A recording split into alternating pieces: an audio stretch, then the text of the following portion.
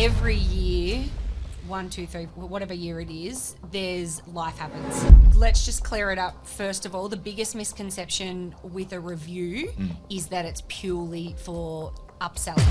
So it's purely a sales chat. That is not always the case. That has a massive impact on what you're able to do and what you're not able to do. And that one shocks people a fair bit. The biggest difference I found when I was building a portfolio and when friends would buy an investment property and then just let it sit on the side is analysing that spreadsheet, which took me a hell of a lot of time. Welcome to Brick to the Future. I'm Cam Mclellan and I'm joined today by Khaysan Kimberlin. Thanks for having me. Kimbo, no worries at all. It's great to have you in. We love talking to you, and I know everyone who listens loves your stories and background. But today I want to get into reviewing your portfolio, and I want to get people to understand what you do and the benefit that you provide to our clients. So I think back, and I'll premise it a bit, when I was in my 20s, building my portfolio, I created a huge amount of spreadsheets that I would analyse every 3 months and check the rents and check what was in the market and ensure I had enough equity so I could duplicate it again. And it was a hell of a lot of work, you know what I mean, going through that. And then when we created OpenCorp in 2005, I got people to do that for me and do it for our clients and created and became more structured in the way we approached it. But then dealing with our clients, I want people to understand what your role is and how you hold them accountable to what they have engaged us to do. So if you're happy, just give us an understanding of sort of what you do. But I want to talk about how important it is to review your portfolio on a regular basis. And I want to give some serious dollar figures on the timing impact of what it costs clients if they don't do the reviews. And so thanks for joining us once again. If you can give us a snapshot what you do for clients on a day-to-day basis and the impact you have for their lives, or how you guide them. Yeah, awesome. So I guess the main thing to understand is every time a new client comes to us, they set out their goals. Usually they'll have a 10 to 15 year time period in which they want to achieve those goals. Every year, you know, 1, 2, 3, whatever year it is, there's life happens. So, you know, they have plans, I guess you could say.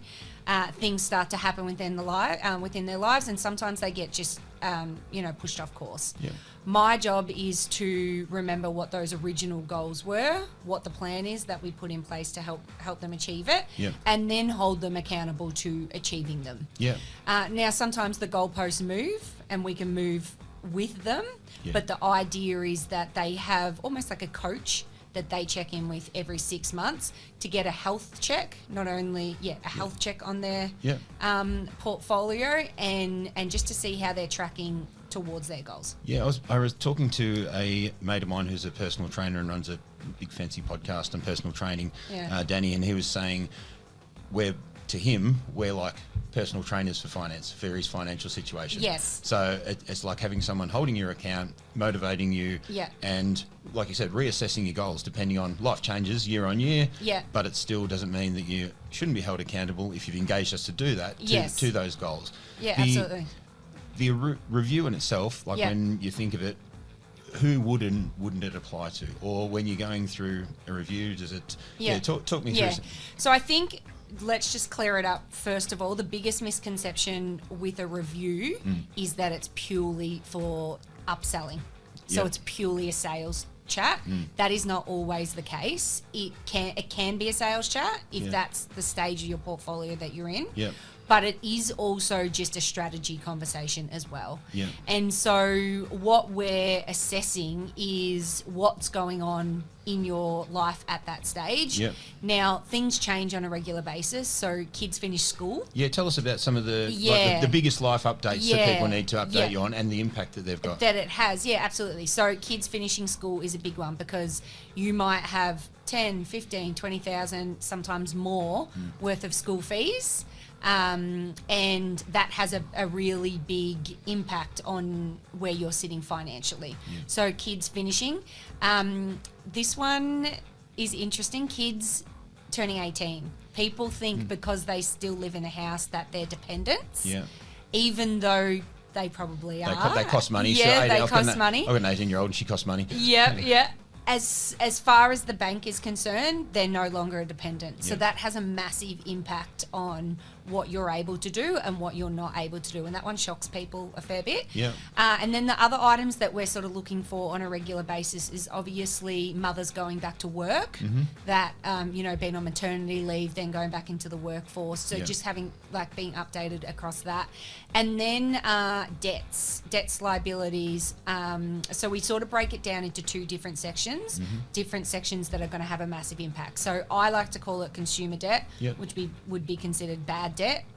So bad debt looks like credit cards, HECS, novated leases, general car leases, car loans, personal loans, that sort of stuff. Debt that isn't necessarily moving you forward. Compared to good debt, which is mortgages and stuff like that, debt that you can leverage to then get you into another home. So we're looking for those types of things, and just educating people along the way on what those debts, the impact that they actually have. Yeah, so in a financial sense. Sense. So identifying what the debt or for dependents left, and going, well, because of the dependents left, now that will increase your borrowing capacity by Y. Yes, exactly. So we're working that out on a really regular basis and just staying up to date. And, we see ourselves as almost like partners in the journey. So a lot of the time on the calls while we're getting this, updated information, we're just learning about their lives and being involved in their lives, because ultimately it is us that's helping them get to their finish line. Yeah, I know you've got a lot of clients and they love you. Like we spend a lot of time with your clients in different events and those sort of things. And you may or may not want to name the client, but tell us. I know clients sometimes get a pretty big slap in the face from life. Like, what are some of the big changes that really rock people away from their original goal? And have you got any big hitters? If you don't, that's no, cool. Not really. I mean, not to get too morbid, the biggest one's always death. Like deaths in the family and that sort of stuff. That can really throw people's perception of what they want to achieve. Like their values change and stuff like that. But in a positive light to that, people actually propel themselves forward a lot with inheritances and stuff like that. That can play a big role. Divorce would be divorce is a big one actually. I'm just trying to think. They're probably, I think, really the main ones. I think the biggest impact I think we have in terms of changing people's lives and them coming into a session having sort of one set of goals and then leaving with another is people turn into rent investors. So we get a lot of people that will come in their sort of late 30s, early 40s and own their own homes. We actually have just an excellent sort of case study or an example of it over the last couple of years. We had some clients come in, they had their own home, but they had a lot of debt on it. So that's all they had, their own home with a lot of debt. They ended up renting that out. And they moved into a rental, brought 2 houses in super, 1 in personal. Like this is all within went from 1 property to 4 properties pretty quick. And then that enabled them freeing up that money. By going into rent vesting, enabled them to start to build their dream owner-occupier. And then once that's done, they'll be able to. Their aim is to buy 1 more investment. And they're done. And that happened within in 2 years. So like those. There's lots of different ways that people come in with one agenda, things happen in their life, or they talk to us and then they sort of leave with another, and it has that type of impact. At least they got a clear picture on what's going on. I think that was the biggest difference I found when I was building a portfolio and when friends would buy an investment property and then just let it sit on the side, is analysing that spreadsheet, which took me a hell of a lot of time. I'd be analysing the rents in areas, the price growth in areas, and trying to work out. Now, I'd look at it. So if you look at it from, what's a review take? How long does it take for a client nowadays? About 30 minutes. So 30 minutes. So if, for example, a client didn't do a review, in today's market, when property's growing, our clients just under $10,000 a month in value on one property, if you've got one property and it's growing at $10,000 a month and you decide to delay your review, 30 minutes potentially has cost you $100,000 over that 12 months. Which is then pushes out your goals. So the value of the review when you look at it as a return on time and Yeah. an investment is crazy. So Oh, absolutely. I mean, I just had this one client who literally called me because she thought, oh, maybe we'll do something, but don't quite know if we can. Yeah. Like that's Yeah. And I just said to her, well, let me have a look at it. Like, Yeah. let's set up some time, have a chat. And I said, I think, obviously my job is to see the numbers and go yay or nay. And I said, I think you can. Let's run it through finance and get a result. And they absolutely can. Yeah. And are into their sort of second property with us, third investment total. Yeah. And as a result of just talking to me, us going through the numbers together, putting them through finance, they're now buying, they're getting their third investment. Yeah, and you look at it and you go, that's another X amount of growth. Yeah. And she was just like mind blown that they were even in the position to go again. Yeah. So it really is valuable. And, sometimes people can't go again, Cam. Yeah. But we put a timeline in place, Yeah. and that's when we look at the different things that are happening in people's lives. Okay, well, we know Mary's going to go back to work in 6 months. Yeah. We know you're getting a pay rise. Yeah. Your car's going to be paid off. Like, these things completely change people's lives. So in 3 months you're going to do that, 6 months you're going to do that. Exactly. That will change your position to here. So at least people know what the future holds for them. Exactly. Yeah, nice. Yeah. So as far as a independent overview, I suppose, and a health check on people's situation. Yep. What other insights are you giving them? Because I know you battle and I hear you, mate. So I know you battle here's what the media is saying versus reality with clients and those sort of things. What sort of insights absolutely. So I guess the job in that regard, because obviously, like we said, it's not only about adding to the portfolio, it's about education as well. Yeah. And the challenge that we have is most people get their information from the news or social media in regards to property. Yes. Now, the news's agenda is to get clicks, to get eyeballs on their program, and the way in which they do that is very emotive, play on people's fears and rationales. Regardless of the fact of the situation. Exactly. So first we have to explain, that's essentially what the media is doing. Yeah. And try and help them understand that the less that they watch those sort of very general programs, the better. Yeah. So it's almost like a education unlearning process. And then the information that we give them is all the actual facts, the data, and the impact that what's happening in the market is going to have on them as an investor. Yeah. So just to give you, I guess, a bit of a modern day, current day example is the 5% first home buyers scheme. Yeah.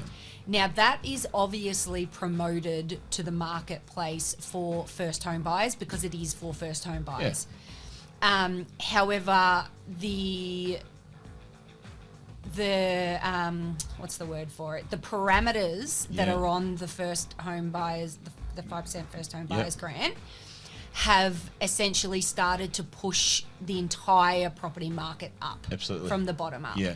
And so if you're an investor, so if you're already in the market, you're instantly going to get increases. Yeah, that's right. If you're looking to get into the market, there's never really been a better time because prices are going up. That's right. It's become people who couldn't afford to buy recently are now buying en masse. And because they're competing with a higher amount of money, the whole bottom end of the market pushes up. So therefore, it's like the tidal wave from the bottom end of the market, which is the greatest market growth you can get. Absolutely. So they're the types of things that we're explaining to clients on a regular basis. Like, hey, did you see the new 5% home buy scheme? Oh yeah, that doesn't relate to me. No, it doesn't relate to you directly, but how it does relate to you from an investment point of view is ABC. So those are the types of conversations that we're having on a regular basis. All right, so you got someone's long-term goals. You first check if they've been the same or changed, run through an array of information where you can go, what's changed in these things to work out whether a borrowing capacity's changed and whether they can or can't do something financially. Make sure they're informed of the bullshit out there and what's fact and what's happening in the market. I suppose clarity creates confidence, doesn't it? Absolutely. Yeah, absolutely. So, I think, yeah, just knowing exactly where you're at all times Yeah. and having a plan in place. And I often say to clients, investing is very boring. Yes. Like you have to wait, Yeah. for things to just grow. But if you've got a plan and you just put one foot in front of the other and you use us to execute that plan, Yep. you can't go wrong. Yeah, well, there's no cost for chatting to you for half an hour and getting a No. very clear idea on what's going on. Exactly. And I know the long-term success that people have who do their regular reviews far outweighs those who go into, analysis paralysis or go off into the yonder and then think a couple of years later, oh, maybe I'll do that again. Exactly, Yeah. yeah. I don't think there's anyone that added a property to their portfolio 10 years ago that's regretting it. Yeah, there you go. So you may as well just have an appointment, see where you're at. No, good on you, mate. Thank you very much. And thanks for giving us an understanding. For all the listeners out there, if they can click the like button or the subscribe and rip into things, we'll bring you some more info soon. And thanks very much. Awesome. Cheers.